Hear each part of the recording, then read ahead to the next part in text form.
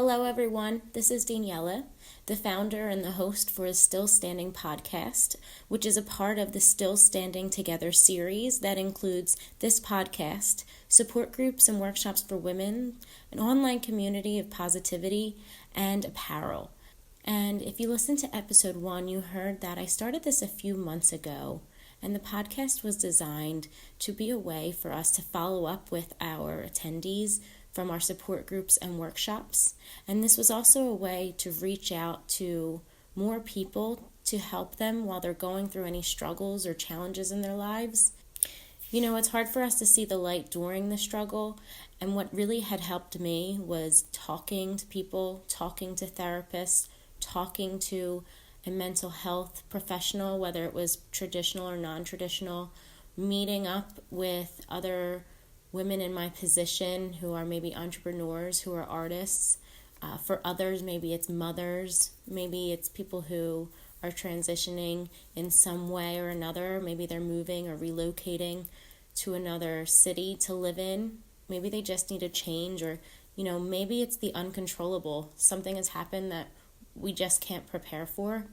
I wanted to create this community to support everybody so that they had resources and tools and go-tos and honest talk, honest conversation, honest support, and openness to make them feel as though they're not alone.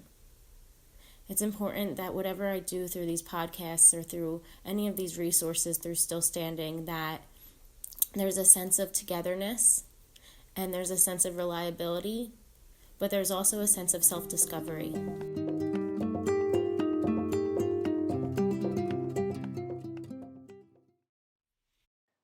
Hello to all of our listeners for the Still Standing podcast. I just want to thank you all for all of your hard work for yourself and for supporting me in my mission, multiple missions through Still Standing Together. It has been such a wonderful, amazing, insightful, and emotional, happy, and sad, all the good feelings.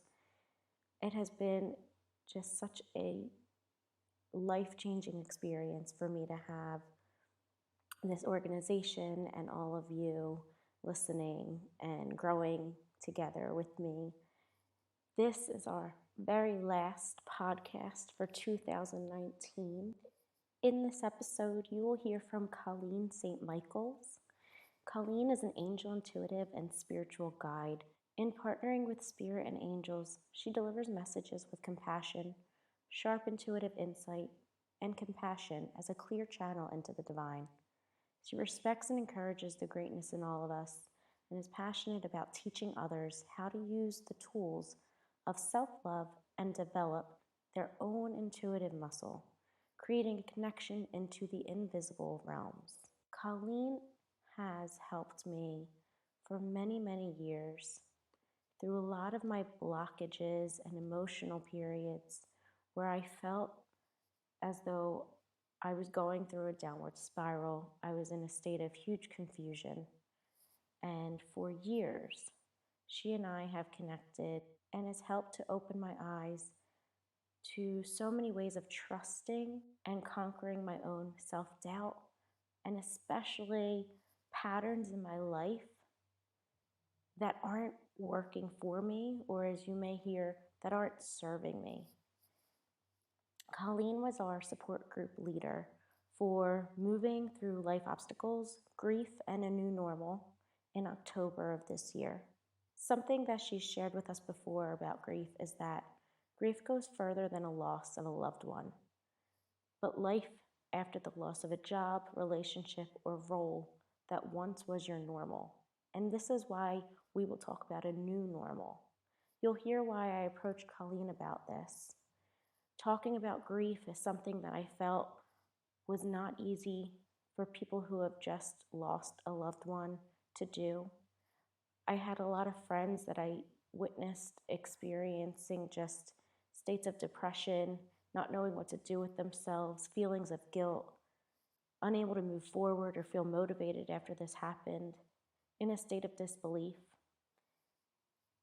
But when I spoke with Colleen in preparation for this, what I came to realize is that all of us are experiencing some new normal in some way.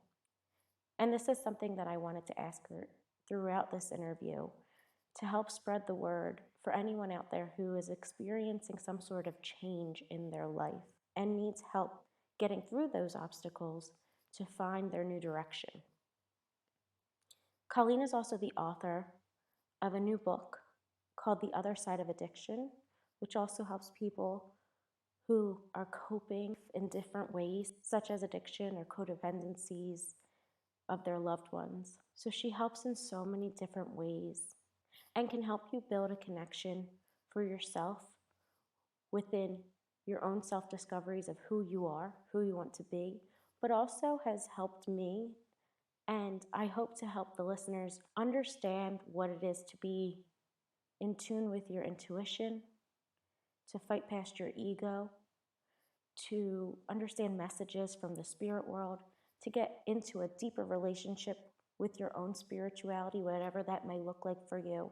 Please enjoy our conversation together. There are so many tools, especially that she shared with us at the support group and workshop, for you to utilize in your life to help understand how to rebuild a new life, how to start speaking to the universe, how to start believing in ourselves, how to raise our vibrations. What does that mean to raise vibrations? And to build a better understanding of our emotions. Hi, Colleen. Thank you so much for doing this podcast episode with me. Thank you for having me. Of course, now you know, you and I have been friends for years, so you know how excited I get every time we get a chance to work together. I do. It is, it's really great when you create a beautiful friendship, but it's really great when you can co-create our passions together. Absolutely. And what makes me so happy is I was really like dying to have you to come in with Still Standing Together and talk to a group, because I know how much you've helped me so much in the past few years, that I just knew that everybody would, reap so many benefits from meeting you and talking with you. So I want you to really give everybody an idea of who you are, what you do, and just anything you'd like to share with our listeners. Of course. So, as you know, my name is Colleen St. and I am an author and I am a spiritual guide and a medium, and I offer tools to intuitive development. And I find it really interesting how all of us are evolving. And, I always feel like this curious child who's so interested in why and what our emotions do and how we perceive the world and how we take in and digest our experiences. So when you asked me to come in to do Still Standing, and it was, discussing about like grief and, how all of us go through some form of grief. It's inevitable. But what is grief? Like how do we build ourselves back from it? It's not just the loss of someone who's physically crossed, but it's also the loss of an identity. And it's building a new normal, because we're always in this process of metamorphosis and change, and we feel very paralyzed. And this topic is so close to my heart. It's because, I had a full reconstruction of my life, and I became an investigator of the why that I had control over, because we only have control over our own thoughts, actions, and ideas. And often we get caught up in wondering, well, why is this happening? Why did this person do this to me? And why? Well, seeking why answers outside of ourselves will always leave us frustrated. So as I was going into my journey of my new normal, I had been married for many years. It was not an easy ending, financially, emotionally, a lot of betrayal and a lot of heartache, and also having two children in the mix of it. So it was a process of the life that I had known for, 15 so years was different. And that meant my friend group was different. That meant my, relationship as to who am I? What's my role? I knew how to be a wife. I knew how to be a mother, an employee, but I was missing who am I? And in loss of everything that I thought was my future, I gained my future.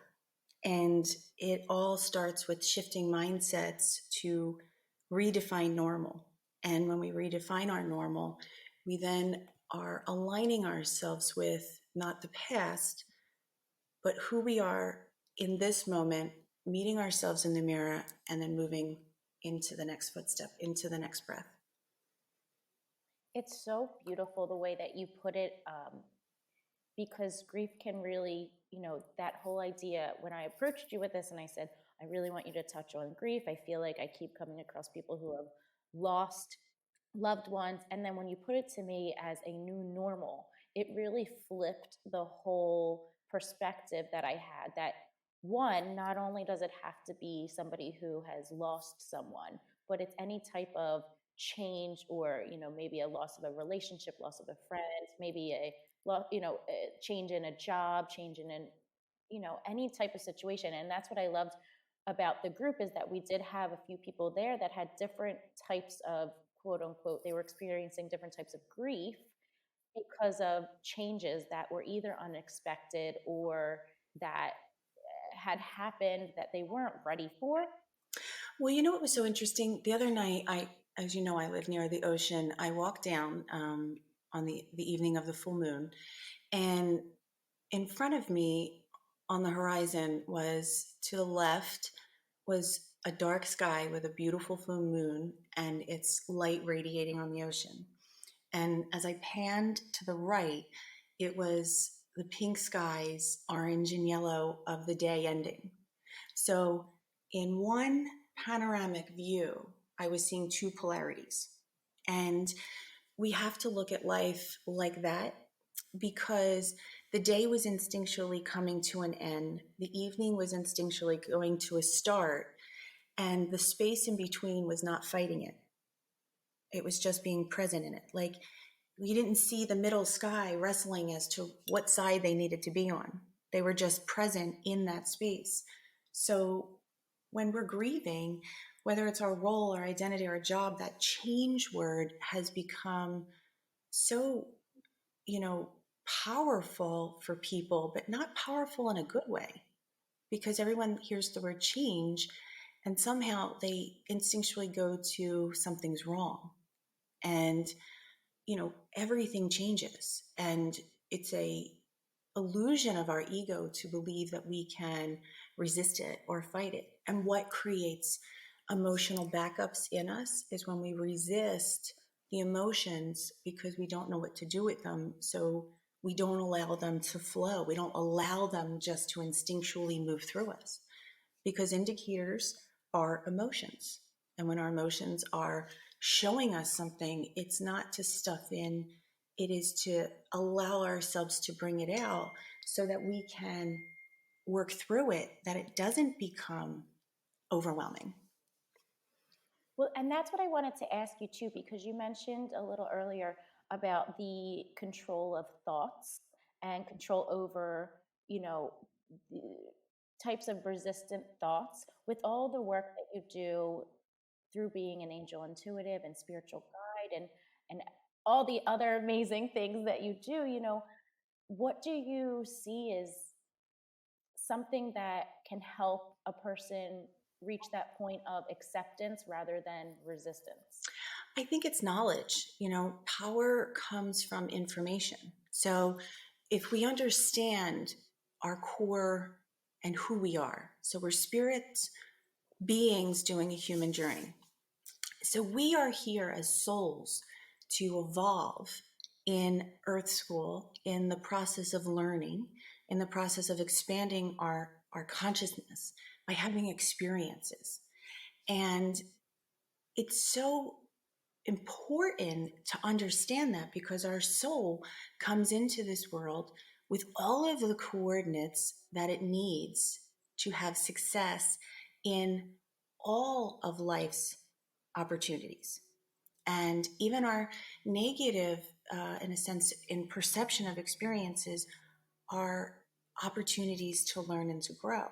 What happens is that we start to manipulate it by putting too much into it and not allowing ourselves to feel it. We shame it, we push it back. So when we have this understanding that emotions are able to be felt and dealt with, and what happens when it's like there's this emotional closet where we shove pain and fear and worry and struggle. And think about it, were you taught how to feel fear? Were you taught how to feel healthily anger? Were you taught how to feel shame, judgment, embarrassment, envy, jealousy? We're not shown how to process a good portion of our emotions. Doesn't make them right or wrong, good or bad. It's how we treat them that creates conflict. So, those closets, those emotional closets, then become a guide that dictates us moving forward in our outside world. So, if you have a lot of self doubt and an opportunity comes into your path where you would be put out there going in a new direction, well, because you have self doubt in this closet and it is so heavy and it's so, packed because you've had a lot of experiences where you felt self doubt and you just keep shoving it in this emotional closet and shoving it in the emotional closet, you don't have confidence going into this opportunity that's presented to you. So these emotions that we stuff and push into these closets now become the dictator of what we choose to do when we have opportunities of change. So when we understand that the way that we can understand moving into the new normal, moving into it is stepping into the closets and breaking them down one by one, not necessarily taking all of them at one time, but empowering ourselves by, if you feel fear, if you feel resentment, if you feel anger, to sit down and really write out these things that are creating an angst within you. Because when you fear it or you avoid it or you just want to just pretend it's not there and we keep moving around it, it just becomes bigger and bigger and bigger, and the mind hijacks it. So it's first understanding that it's the part of you that's hurting. The part of you that feels fear is hurting. The part of you that feels anger is hurting. The part of you that feels judgment, the part of you that feels envy, the part of you that feels sadness, disappointment, is the part of you that actually needs the most love, because it's the part of you that's wounded, that's hurting. Because the soul knows that it is perfect. We are perfect where we are at. But it's then when we become judge and jury of ourselves that we create these closets. So, going back to your question, it's understanding and awareness. It doesn't have to be drastic. When I work with my clients and I teach them very basic steps, because we have success in small, basic steps. And the first step is to acknowledge and be aware on the daily. How often do your thoughts go into catastrophic thinking? How often do your thoughts go into worst case scenario? How often do you become responsive of thoughts about situations that have not actually happened? Because we're drawing assumptions to situations.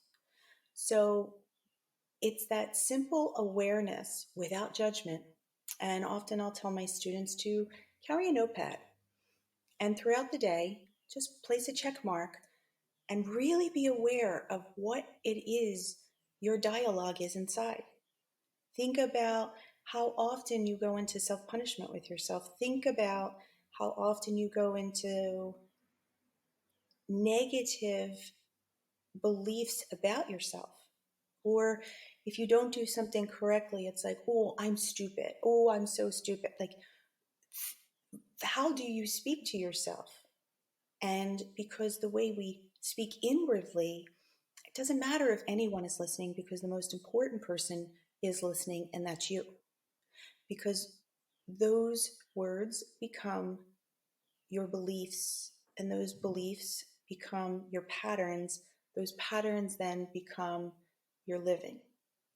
I'm really glad that you brought in a little bit more about what it is like when you work with a student, because part of, still standing together and part of the support groups and workshops is to help bring however many resources we can to people, bringing people as resources such as yourself. So I'm glad that you got into that, because we have so many great points that you shared at the event, and one of them ties into this, because I think touching on the whole idea of the closet, which is such a great analogy because we can visualize that and just see like the stress that a full physical closet could give us. I can't imagine, the mental closet there being Well, that. think about the closet as, if you have a physical closet and you were to go in it today, and I would say to you, hey, Daniela, can you grab me the pink shoes you wore when you were 3? Oh, you know what? Grab me the blue coat from when you were 7. And you would be, I don't have that. Like, I don't have that item for you.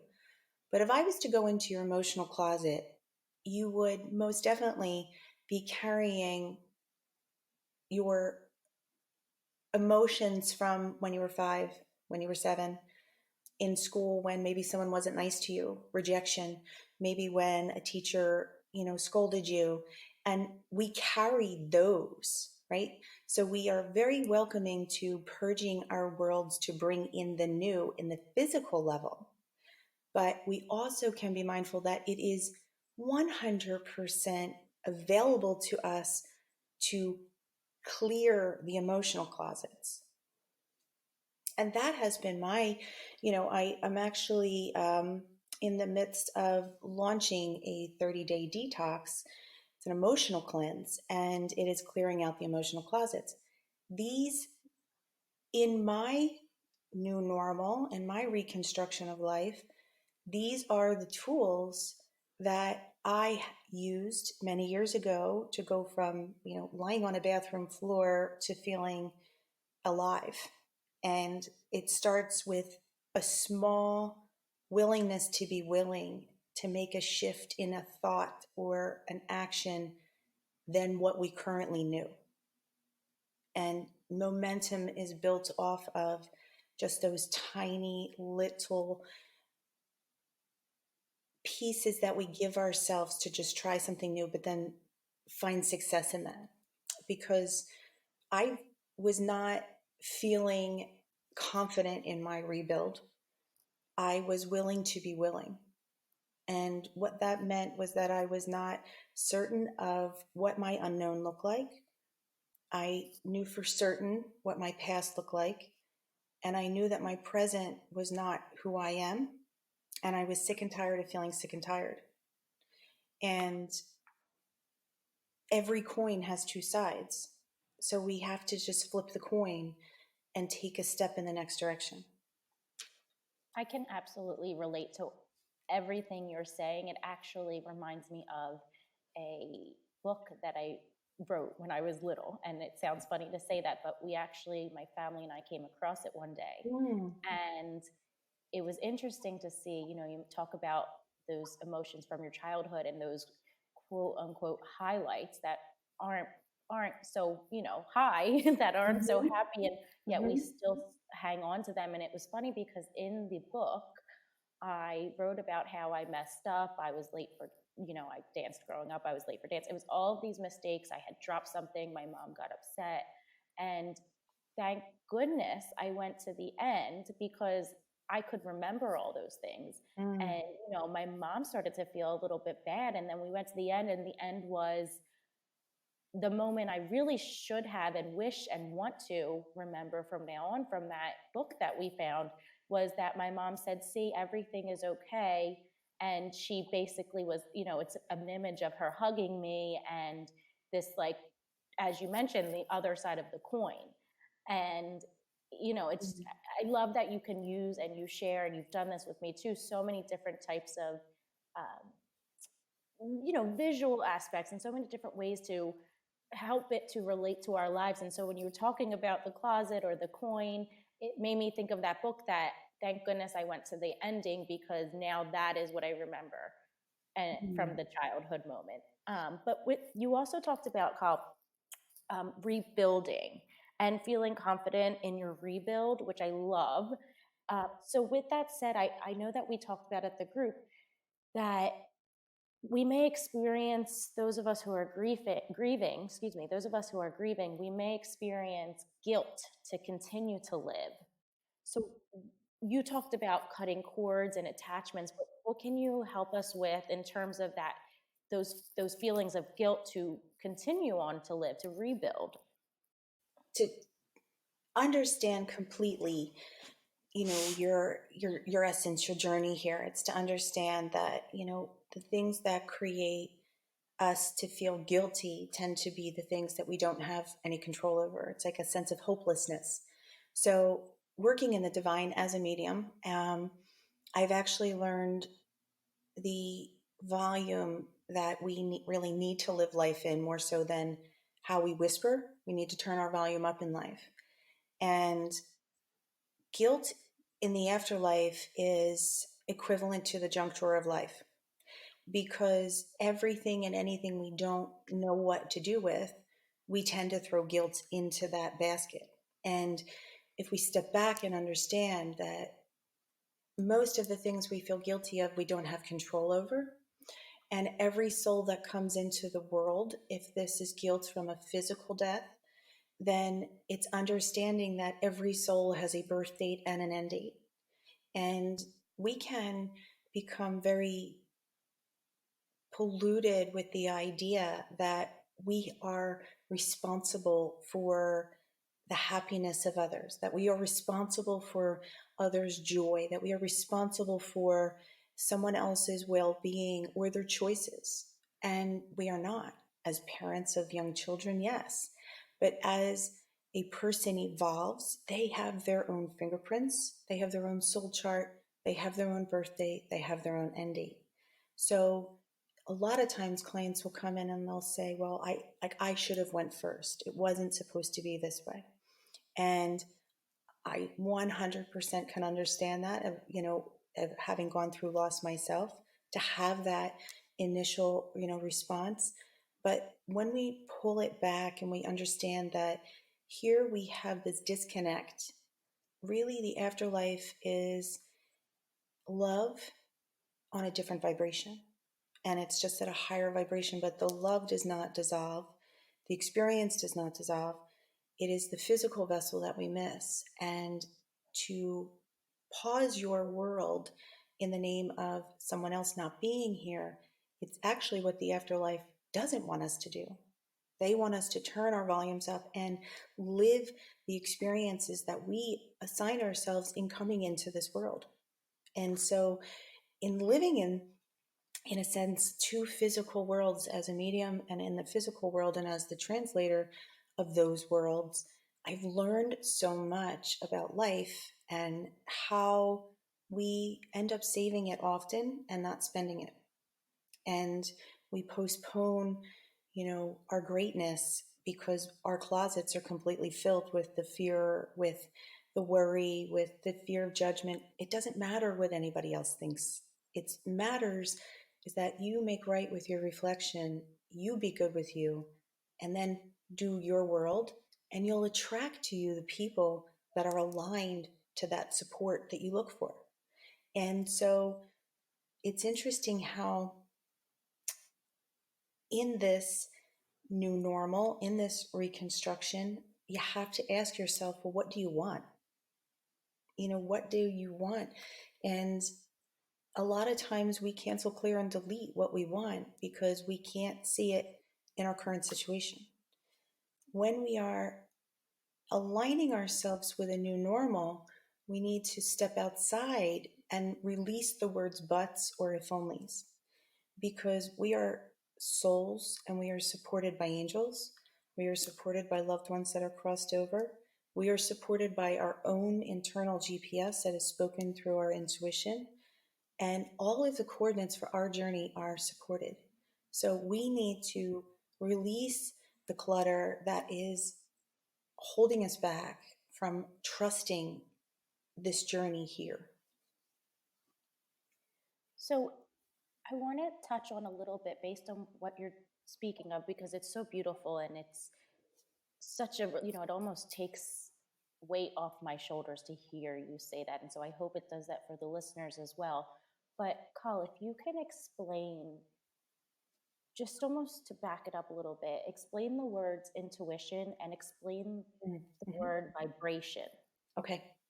So, um, intuition. So I love this because I meet people from all walks of life, whether they are professional, they are stay at home, recently someone said, what's your demographic? And I was like, 17 to 86. I said, I don't really have a demographic number that I can really hone in on that, because if your soul is open and you're wanting a conversation, that's our demographic, our soul language.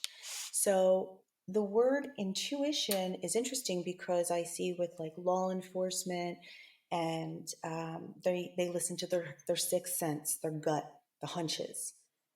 When we talk to business individuals, they use the words instinct or they're savvy. All of these are intuition. And your intuition is your guidance from what we would call a higher self. So the higher self is the journey within a physical vessel, right? So we are here to learn and grow as we learn through Earth School. So we have a spirit and we also have a physical vessel.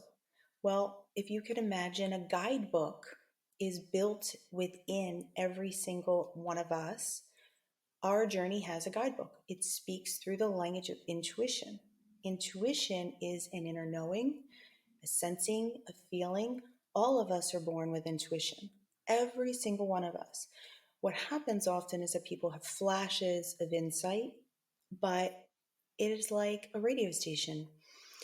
It is like if we wanted to listen to a particular station and we fancied 104.5, we would need to turn the frequency into dialing into that station so that we could hear what is on that station, right?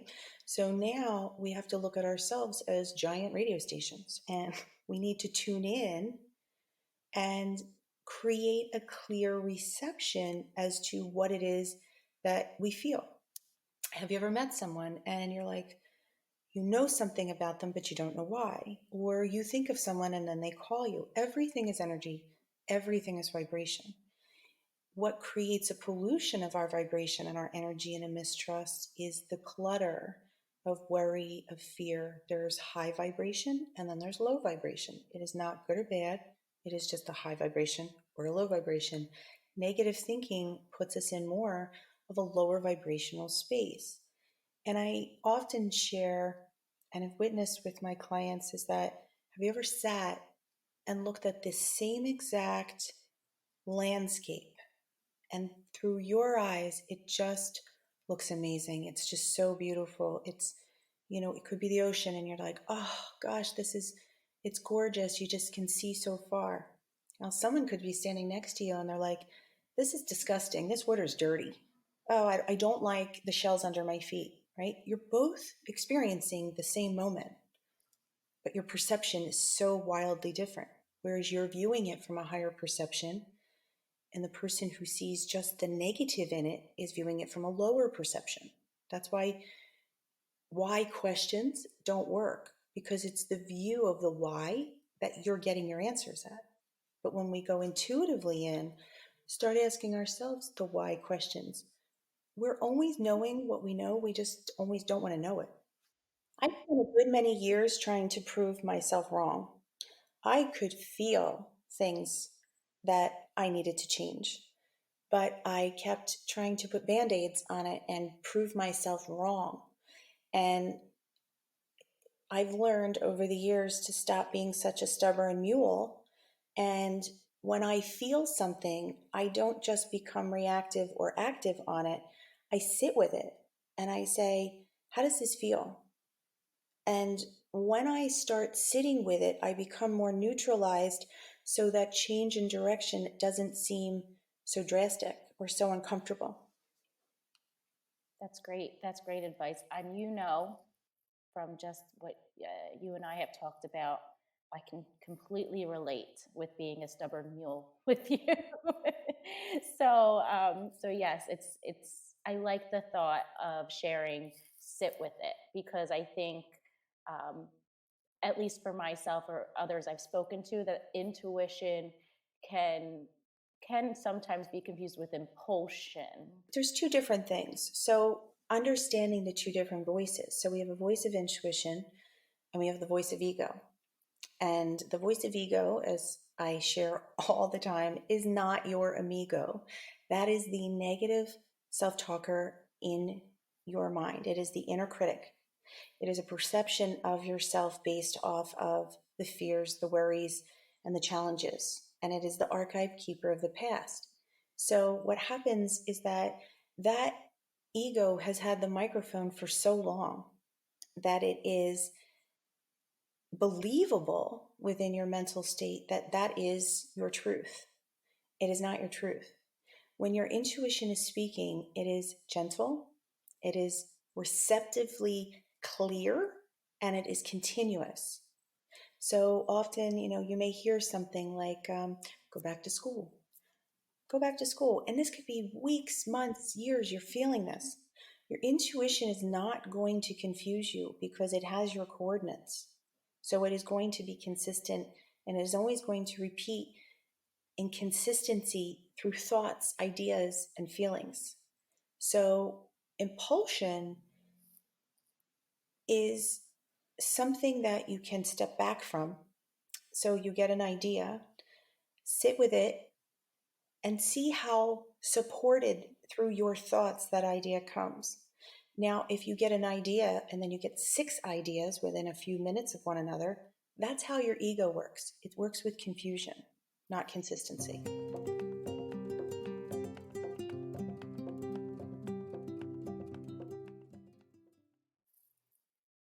Colleen, that is the best description I have ever heard of that. I think that I just had a breakthrough with you from that explanation. Yay, thank you. I hope everyone else does too. No, honestly, I mean, I am passionate about this because I always am a student of life. I am consistently learning and growing. Why do I use the term life under construction? We're always under construction, right? If we can just own that, we will be so much more aligned with accepting what comes into our world for the better of our world. It's amazing because if I said to you, we're going to an airport and I have a flight booked for you. We get to the counter and the woman says, we need to change your flight. Instinctually, you're going to be like, what's wrong with the plane? But if I said to you, we're going to upgrade your flight, why? How open and wonderful is that? Right? So it's the same word, changing, upgrading. It's what we do and our perception of it that matters. So if you can just identify with the fact that we're always under construction and some of the work is a little bit more intense and some of the work is picking out the fixtures that you want for the new bathroom in your world. But if we involve ourselves in the process and stop waiting for life to happen to us and be a co-creator with our life and take ownership of the things that we are responsible for, and that's our own thoughts, feelings, and emotions. Seek outside help, find a mentor, find a therapist, find a guide, find a coach, find someone in which you can partner with and that can help you to feel supported as you go into this vulnerable state of the unknown. And what's ironic is that all of the closets that we hold on to in the emotional closet are protecting the master closet, and that's vulnerability, right? So we have this great fear of being vulnerable. Vulnerability is freeing. It is an honesty with a co-creation, not only with ourselves, but with others. And to be vulnerable is to be at the purest state of honesty with our own insides and our own being that is going to give us a great momentum into quieting the self-doubt, quieting the fear. People say to me all the time, what does it feel like to live without fear? And I said, well, when you find someone, let me know. I have no clue. Fear does not dissolve. It's a part of our, response system. I just don't allow the fear to be fed in the capacity in which I felt it previously. I go inside and I become the inner investigator. I feel afraid. Now, why am I afraid? I'm launching a lot of new products. I'm putting myself out there in a way I have not done previously. A lot of stuff from closets gets pulled out and up. So instead of trying to push on that door to keep them closed, I open it up. So what am I afraid of? Judgment. Well, who am I afraid of judgment from? Other people. Why am I afraid of other people's judgment of me? Why? What in me is judging me? Because we can't be responsive to emotions that we don't own or believe in. So then I go in and I ask myself, where do you judge yourself, Colleen? And I go through the lists, I write them down. It's a raw, honest conversation with yourself, but it's also me healing the part of me that's hurting. They're great steps to take, Kyle, because I can even relate that to myself, answering those questions in my head as you're speaking. One of the things is I'm working on trying to be a little bit more compassionate towards myself. And that's something we talked about at the group as well. And, I think two of my biggest, I wouldn't call them fears. I like to say I probably have a lot of fears, but I think one of the biggest things is like making a mistake and losing the time. Hmm. Well, let's look at time as a thief, right? So the idea of time, because if you look at how long you've marinated with an idea, right? We become the only thief of time with what we do on our processing, right?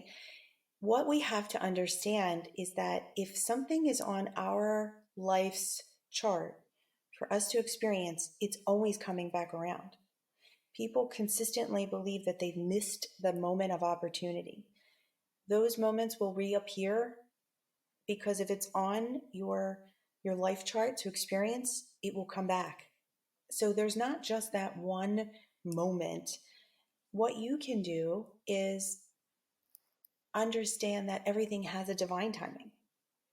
And often we try to force, push, shove, and perpetuate things to happen, and it's not the time for it to happen. And it's a learned lesson of patience. It helps us to become more comfortable in trusting.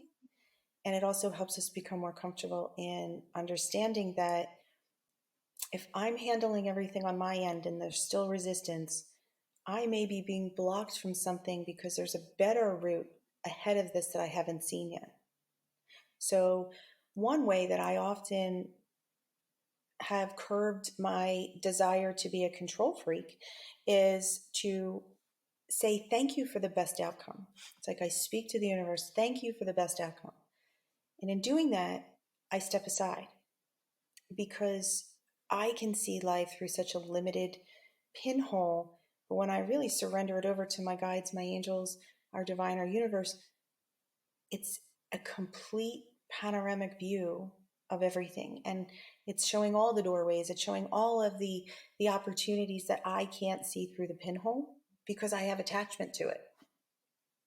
So in utilizing what we have, it's using our power of thought and intention to build momentum and a belief to be in a state of expectancy of receiving when you're asking for what it is you want.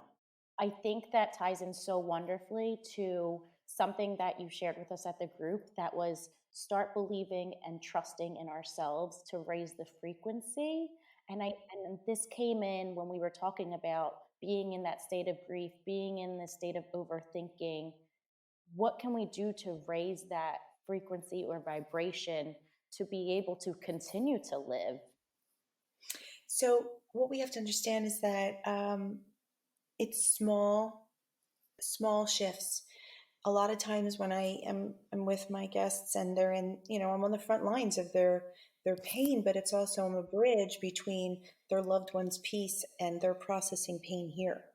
So, what we can do on the daily is be in the moment, be in the breath we have. It's never about moving forward, it's never about moving on, it's never about anything other than being in your breath. The only thing is a guarantee is the physical inhalation and the exhalation that's in front of you. So, in a moment where if someone has gone through a physical passing and they feel guilty or they feel, if they start laughing and having an enjoyable time, and then they automatically feel guilty. Well, we need to celebrate that moment where you felt joy, because the afterlife knows that they see us by our vibration. So they want to help us to find laughter again. Nature, walking, exercise, every moment that you're in, if you journal, you can just say, you know what, thank you for this breath. It doesn't matter. It's something small, but those little tiny small steps create a shift in our energy. Dancing, listening to music, having a sanctuary of, having a space where you can have a grief session with yourself, a safe space. Um, Understanding that when you talk to loved ones who crossed over, that they can hear you. They want you to speak with them. They're consistently leaving signs for you that, they're surrounding and working within you and around you. Butterflies, coins, music, subtle words that come through your own thoughts and your emotions. They speak through our thoughts. What they want us to do is to continue breathing, continue to be in the breath, and understand that, again, this is Earth School and that's home. So they've returned home and they have infinite wisdom, and now they know what they didn't know here. And they want to be an instrument in creating harmony in your world. And when we keep going into the past, it is pushing us and is a thief of our present moment. Because again, going back to the new normal, we keep trying to create what normal looks like based off of someone who is a key player in our life not being there. It's never going to be a good feeling because we can't recreate something that's not the same scenario. So the new normal is in a state of acceptance. Acceptance doesn't mean that you like it, but that you acknowledge what is within this moment a truth. Thank you so much, Carl, for sharing all of this. I think we've touched on so many different perspectives and ways to connect to ourselves to help people past that grief and into that new normal. So I just wanted you to leave us with a few extra thoughts or words or tools to help people who are listening that feel like they're never going to get past this point. No, you're never helpless. You're never hopeless. You're never helpless. Every situation may not feel wonderful. Joy, it comes from a state within. It's not found outside of us. So when we are feeling down or feeling unmotivated or feeling, it's easy to fall down that spiral. If it's something with a depression or, going through a trauma, seek a professional who is trained in partnering with you to help you feel guided. Even if people will say, well, I've done therapy before, you're not in that same space you were before. You're in a different space. You've grown. Give this opportunity an opportunity for you to have a benefit of healing you. And often people are afraid of their healing because then they have to release their story. So what are you without your story?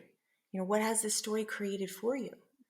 And when we're gentle with ourselves and compassion with ourselves, it is allowing us to have expansion, room to move. Judgment of self and persecution and punishment in ourselves, all that does, it creates boxes, it conforms us. So start with a small step of, number one, just being aware of your thoughts. How often do they go negative? How often do they jump into the world of assumptions? How often do you, go to worst case scenario? Number two, that you can follow with that is understanding everybody is forgivable. We're all forgiven. Like, we have to forgive ourselves and not judge ourselves, because we can go into the past and look and say, oh, why did I make that decision? It was so stupid. Why didn't I see it? Why didn't I see that decision? Well, it's super easy to judge a movie after it's already been released. So we can't judge the old version of ourselves who showed up to respond to situations that we were in when we were in it. So know that you're capable. And it's just, what does happiness look like to you? What does peace look like to you? What would your world be without the story? Build off of what you know you don't want. Contrast is a great indicator of bringing us closer to what we do want. If you don't know what you want, write a list of what you don't want. And that will help you then become more familiar in building a new direction for your new normal.